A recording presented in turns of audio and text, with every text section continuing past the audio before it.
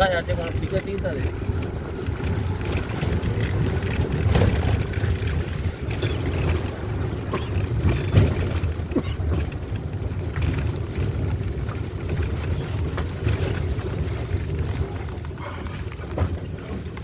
জামাইপাড়াটা ভরতপুরটা তো লম্বা লম্বা, তাহলে ওইটার এইদিকে উপরে কিছু জামাই যারা ছিল ওই গ্রামেরই তারা বাড়ি করেছিল।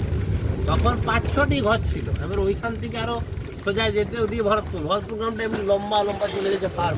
নাগলা যাওয়ার আগেটা যেটা, হ্যাঁ ওইটাই হচ্ছে জামাইপাড়া। ওইটা নাগলা তো নয়, ওইটা অনেক মাত্র। ওইটার পরে আর একটু গেলে সে আশ্রমটা স্কুলটা বলছে রঘুনাথ মুর্মু, ওইটা পুরোটাই নাগলা। তারপরে যে গ্রামটা শুরু হচ্ছে ওই কয়েকটা বাড়ি আছে ওইটাকে নাগলার বলে জায়গা। তারপরে আগোয়া,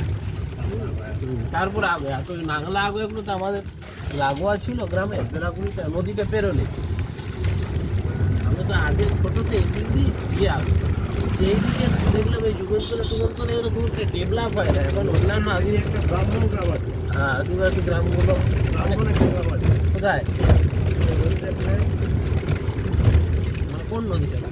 ওই আমরা নিজের ভিতর দিয়ে আগোয়ার ভিতর দিয়ে আপনার ভিতর দিয়ে কোথায় যা ব্রাহ্মণ গ্রাম? বলে আর কি ব্রাহ্মণ গ্রাম, অনেক ব্রাহ্মণ আছে। ওটা তো আমাদের গ্রামটা বেলাকুড়ি। গ্রামটার নাম বলতো নদীটা বেরোলে আমাদের গ্রামটা বেলাকুড়ি। বেলা, ওইটাই তো আমাদের, আমরা ঘোষাল বাম। বেলা এই যে কামার সাইডে এখানে উঠবো, খুব সুন্দর। মানে আগে একটা ইয়ের মতো আছে না, নদীর মতো আছে একটা, হ্যাঁ ব্রিজ খুব সুন্দর জায়গাটা। এই যে কামার সাইডে, ঠিক আছে, এটাকে আমরা ওই জায়গাটি এইটা ভালো লাগে। আমি মানে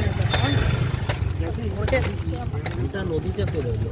এই তো পুরোটাই ঢালাই। এদিক দিয়ে যাওয়ার সময় দেখে, হ্যাঁ পুরোটাই ঢালাই।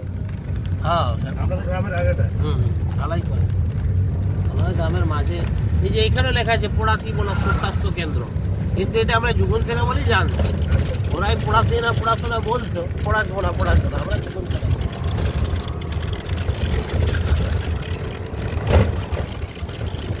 আমার পাহাড়টার পিছন দিয়ে ঘুরে আবার ওই দিকে ওই একবার শেষ পর্যন্ত ওই দিক চলে গেছে।